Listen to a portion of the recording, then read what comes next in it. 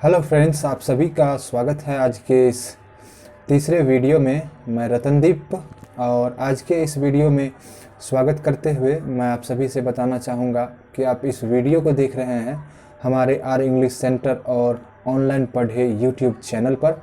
साथ ही साथ यदि आप हमारी वेबसाइट पर इसी चीज़ को पढ़ना चाहते हैं तो आप हमारी वेबसाइट पर आ सकते हैं। हमारी वेबसाइट का नाम है www.onlinepadhi.com और उसका लिंक इस वीडियो के डिस्क्रिप्शन में है। फ्रेंड्स, मैं आपके जानकारी के लिए यहाँ पर बताना चाहूँगा, इस वीडियो के अंतर्गत मैं आपके साथ ले करके आ रहा हूँ जूनियर इंग्लिश ट्रांसलेशन के जितने भी एक्सरसाइज हैं उनका सॉल्यूशन। तो आज की इस वीडियो में हम चर्चा करने वाले हैं एक्सरसाइज तीसरे में जितने भी हिंदी सेंटेंस है उन सभी हिंदी सेंटेंस का आज इस वीडियो में हम लोग इंग्लिश देखने वाले हैं और किस तरह उसका इंग्लिश बनता है, क्या रूल और रेगुलेशन है। तो इस वीडियो में चर्चा होने वाली है, आप लोग अंत तक बने रहिए। जैसा कि आप लोग यहाँ पर स्क्रीन पर देख रहे हैं, सबसे पहला सेंटेंस है मैं एक लड़का हूँ। तो इसका इंग्लिश होगा आई एम अ बॉय।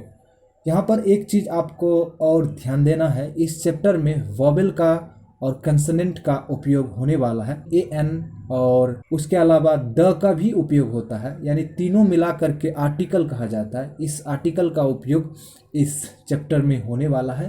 तो विशेष रूप से आप इस चैप्टर में आर्टिकल का उपयोग करना सीखेंगे, ए एन और द का। आपके जानकारी के लिए मैं यहाँ पर बताना चाहूँगा, ए एन को इनडेफिनिट आर्टिकल कहा जाता है और द को डेफिनिट आर्टिकल कहा जाता है। किसी भी नाउन के पहले यदि आप द लगा देते हैं तो वो नाउन परफेक्ट हो जाता है और ए और एन लगाते हैं तो थोड़ा बहुत अनिश्चित रहता है। इसी बात की चर्चा होगी इस वीडियो में। सबसे पहला सेंटेंस है मैं एक लड़का हूँ।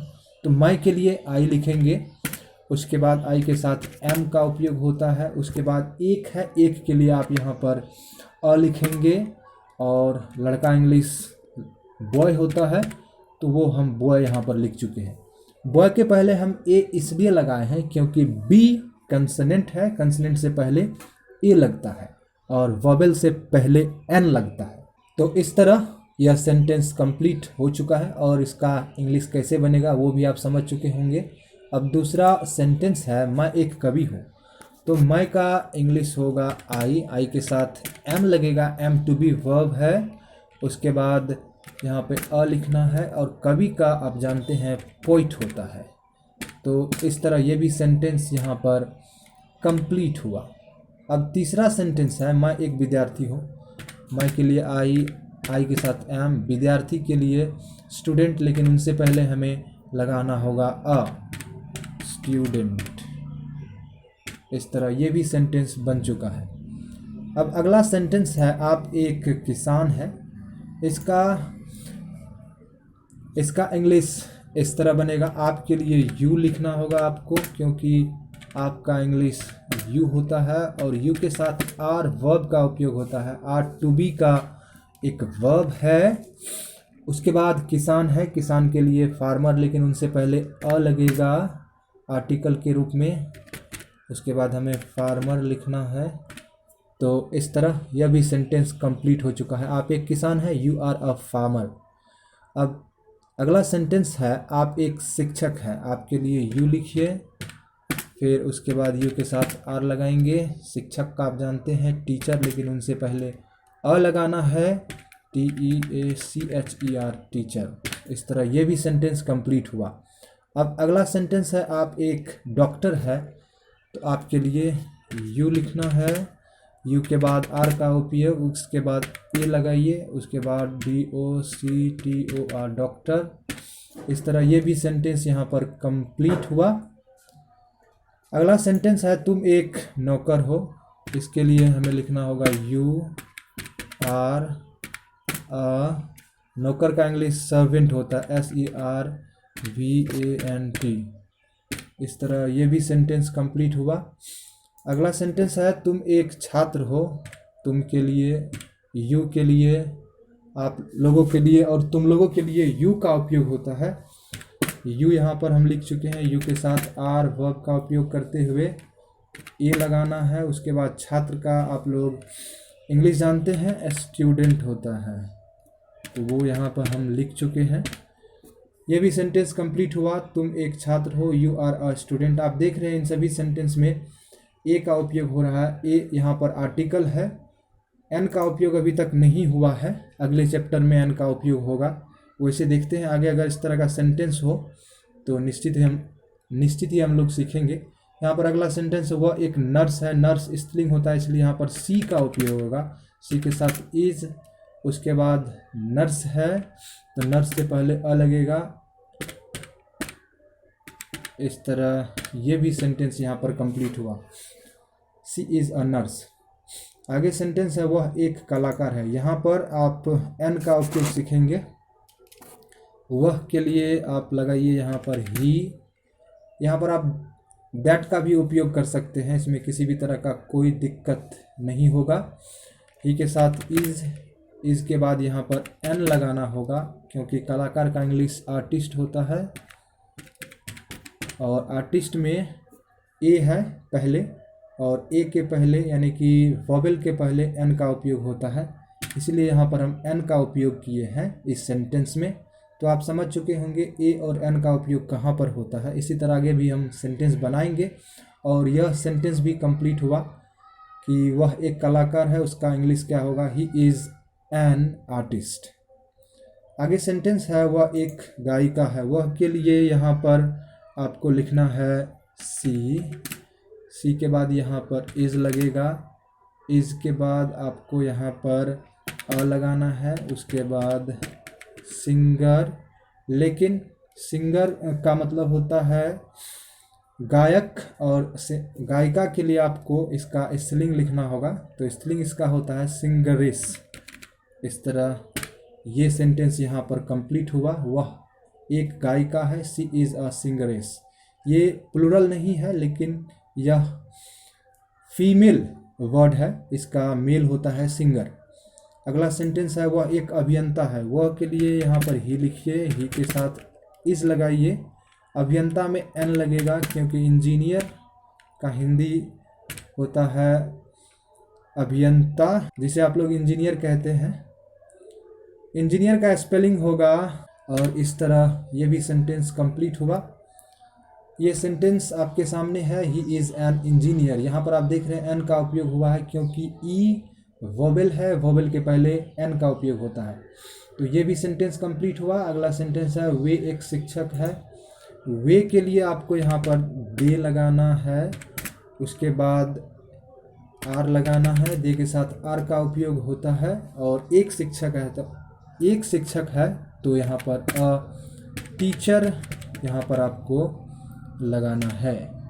इस तरह ये सेंटेंस कंप्लीट हुआ। यहाँ पर एक देखने वाली बात यह है कि दे प्लूरल है, उसके साथ प्लूरल सब्जेक्ट का उपयोग हुआ है, लेकिन अ टीचर यहाँ पर सिंगुलर का उपयोग हुआ। ये इसलिए उपयोग हुआ है क्योंकि एक टीचर जाति का बोध इसमें कराया जा रहा है, इसमें सभी टीचर आ जाते हैं, इसीलिए यहाँ पर ए टीचर का उपयोग हुआ। वैसे यहाँ पर टीचर्स होना चाहिए, वो नहीं लिख करके अ टीचर लिखे हैं। इस सेंटेंस का यही इंग्लिश होगा। आगे सेंटेंस है राम एक नेता है। तो राम के लिए राम लिखना है, राम के साथ इज लगेगा। नेता के लिए लीडर, लेकिन लीडर से पहले अ लगाना होगा, LEADER लीडर। इस तरह ये भी सेंटेंस यहाँ पर कंप्लीट हुआ। ये सिंगुलर सेंटेंस है क्योंकि सब्जेक्ट सिंगुलर, वर्ब सिंगुलर और ऑब्जेक्ट भी यहाँ पर सिंगुलर है। आगे है मोहन एक डाकिया है। तो मोहन के लिए मोहन के साथ इज लगेगा। डाकिया का इंग्लिश पोस्टमैन होता है, लेकिन उनसे पहले ए लगेगा, पोस्टमैन। तो ये भी सेंटेंस यहाँ पर कंप्लीट हुआ। उम्मीद है फ्रेंड्स इस तरह का वीडियो, इस तरह का सॉल्यूशन आपको अच्छा लग रहा होगा। इस वीडियो को अधिक से अधिक आप लोग शेयर कर सकते हैं, साथ ही साथ इस वीडियो को लाइक अधिक से अधिक कीजिए, मैं आपसे ही रिक्वेस्ट करना चाहूँगा। अगला सेंटेंस है राम और मोहन किसान है। यहाँ पर दो सब्जेक्ट है और किसान है, तो यहाँ पर सब्जेक्ट और ऑब्जेक्ट दोनों प्लूरल है, इसीलिए प्लूरल वर्ब का भी उपयोग होगा, राम एंड मोहन। उसके बाद आर का उपयोग करना, आर प्लूरल वर्ब है। उसके बाद किसान का इंग्लिश आप जानते हैं, फार्मर। उसमें एस लगा देना है, प्लूरल बन जाता है। तो इस तरह ये भी सेंटेंस यहाँ पर कंप्लीट हुआ। Ram and Mohan are farmers. अगला सेंटेंस है यहाँ पर, तुम लोग एक विद्यार्थी हो। तुम लोग का इंग्लिश, आप लोग का इंग्लिश, तुम का और आपका यू ही होता है, इसीलिए इंग्लिश इतना आसान होता है। इन सभी का अंग्रेजी केवल एक ही होता है, वो होता है यू। यू के साथ आर लगाना है। आर के बाद आपको अ का उपयोग करना है। विद्यार्थी का आप जानते हैं, स्टूडेंट।